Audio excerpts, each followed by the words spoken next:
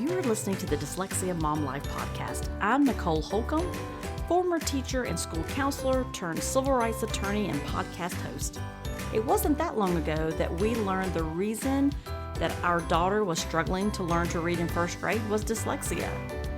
Fast forward 4 years past many hours of research and collaborating with experts in the field of dyslexia, now I'm sharing the lessons I have learned that took me from being an overwhelmed mom who didn't understand dyslexia to a go-to mom who is helping hundreds of moms each week through education and collaboration. I created the Dyslexia Mom Life podcast to give you simple, actionable, step-by-step strategies and hacks to help you do the same. If you're feeling alone and lost on your parenting dyslexia journey and you're looking to find a mom who gets it, you're in the right place. Let's jump in and get started. You are listening to episode 115, and today I'm going to be talking about 5 ways to prepare for back to school. I know, summer vacation just never lasts long enough. Am I right? You may be going back and forth at this point of really enjoying that slower pace that summer provides, where you're not having to get everyone up at a certain time and run kids to school and make lunches and make sure homework's in the backpack and all the after school activities. You know, all the things that go with the school and the school year. It's nice to take a break from those things. But you also may be on the other side of summer thinking that it would be nice to get back to a school routine where you have a few hours each day where your kids aren't at home, where they're not underfoot saying, "I'm bored," and constantly arguing with their sisters. Either way, the first day of school is coming sooner than later. And the first day of school also brings this excitement about a new school year and what it might be holding, but it also can bring a lot of anxiety. A new school year is really a fresh start. You know, for our kids, it also comes with teachers who need to get to know our kids. It also comes with teaching others how to understand our children's dyslexia, and how to make sure that our kids' accommodations are being provided with fidelity. The first day of school can be pretty anxiety-provoking for you and your child, and I just want you to know that is completely normal and to be expected, especially if you have not had a great experience in the past as a parent or with your student. Maybe you, as the student, didn't have a great school experience. Well, today I'm going to talk to you about 5 ways to prepare this summer so that you and your kiddo will be ready for back to school this year. So let's just jump right in. The first way to prepare is to get educated. Now that may seem pretty obvious, right? Like you're going to school to get educated.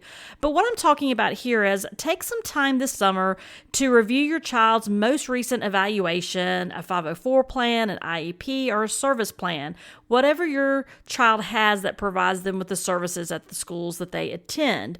And if your child is homeschooled, then most definitely look back at that most recent evaluation. And, you know, when you think about getting educated yourself, it may also be brushing up on what does dyslexia mean for your child. It could also be thinking about how to explain that to other people. And remember, you are the best advocate for your child. So really spend some time this summer really thinking about what type of learner your child is. And you're doing this so that you can best help her where she struggles and be prepared to encourage her in areas of greatness. So take some time to get educated. The second way to get ready for back to school is to listen to your child. I know you're thinking, it's the summer, I listen to them all day long. Am I right? But when we talk to our child about the new school year, you can share any information that you think is helpful to your child. I would say talk about the new schedule. Are there new activities for this school year, or is there new clubs? Talk about what your child is feeling about the new school year. And this is the key. Really listen to your child.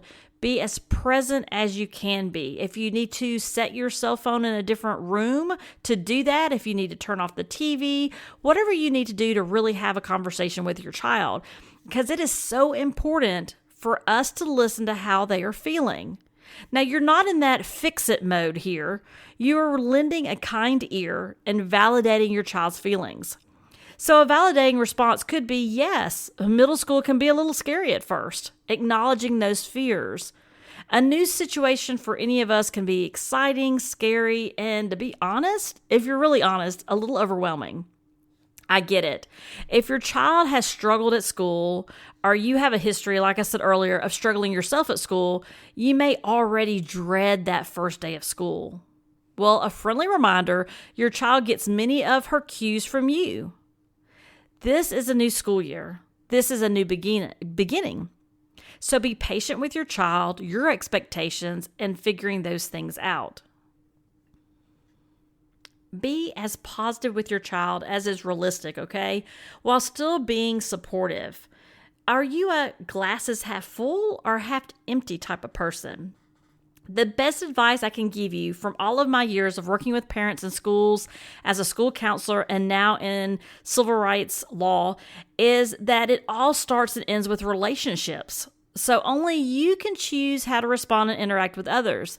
That is what I used to tell my students, and it applies here too, maybe even more. You can choose to smile and speak to teachers, you can choose to help your child with homework, and you can choose how to parent. I promise that you will make great progress at school when you are kind and patient. Now, patience does not come naturally for this redhead, but I do my best to try without becoming, a doormat to others. And it really feels like a fine line some days.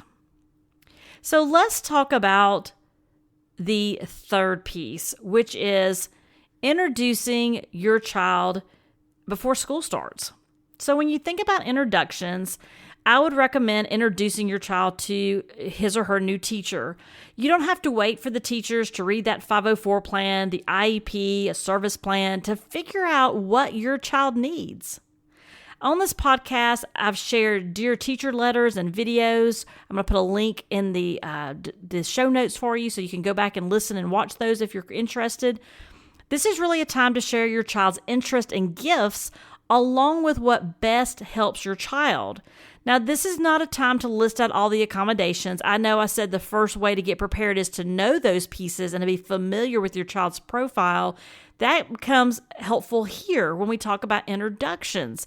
So you're not going to give them necessarily a list of accommodations. Your teacher will get those, but a time to really get to know your child. Our child a few years ago actually did a get to know me video. So you could do a get to know me video. You could do a Dear Teacher letter. This is an opportunity for your child to share things they enjoy doing, some of their favorite things, anything that your teacher might need to know about your child. So grab your phone, hit record. It's really that simple. Now let's talk about the fourth way you can be best prepared for back to school. And the fourth way, you're going to say, this is obvious, but let's talk about it because I know every year I have to remind myself about this one. Number 4 is establishing routines. This is really a great time to start thinking about routines. Does your child have a routine in the morning? What about for homework? What about in the evening as you get ready to go to bed and you pack up for the next school morning? Do you pack everything and it's sitting by the door, or do you do that in the morning? What do those routines look like? When your child has a routine, it really does help your child know what to expect, and it provides some consistency in their lives, especially in those daily lives where school can be so unpredictable for them. So that consistency of a routine gives them some comfort, if you will. So in our house, we have a teacher and a student all going back to school. So we start going to bed early and wake up early, I'd say at least 2 weeks before school starts, because it takes our bodies a while to get used to that schedule. And in the years that we don't do that, it's a rough start of the school year, let me tell you. Now, the final thing I want you to do, the final way to prepare and get ready for back to school is to get yourself organized. And I really saved the best for last. It is really time to help you get prepared and get ready for the first day. Let me ask you a couple of questions. Do you have a central place in your house where you keep a family calendar, a school calendar, any important school and family items? Do you have a dedicated space for homework where you have supplies and everything your child needs at night and you're not running around trying to find things? What about a place to track and keep school communication and school data, stuff that's coming in like test scores or evaluations, or maybe you want to keep some sample classwork when it comes back graded? On July 27th, the Back to School Boot Camp for Moms is going to be released, and part 1 is going to include not only why you need a command center, but how to create one. Part 2 will be all about homework stations and how to create the best one for your home. And part 3 of the boot camp is going to be all about how to create communication logs and a data notebook. So if you want to learn more about this, please subscribe to the podcast so you will get all 3 of those podcast episodes.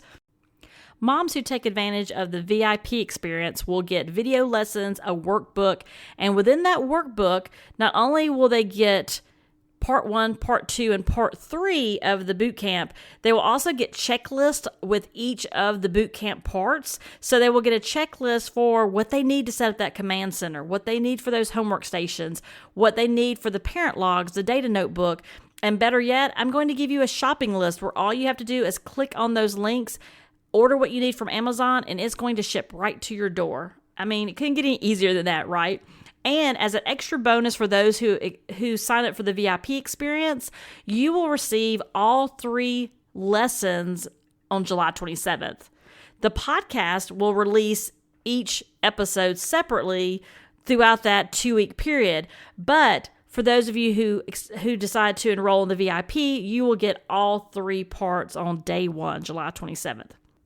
So go to our website, dyslexiamomlife.com. At the very top, you'll see enroll in the VIP experience to learn more about the amazing things that you will get by being a VIP on our list. And remember, you got this. You are not alone. If you want to join an amazing group of women who are raising children with dyslexia, be sure to join our Facebook group. It's Dyslexia Mom Life Podcast Community. I can't wait to see you in there. Remember, you got this. Have a great first day of school.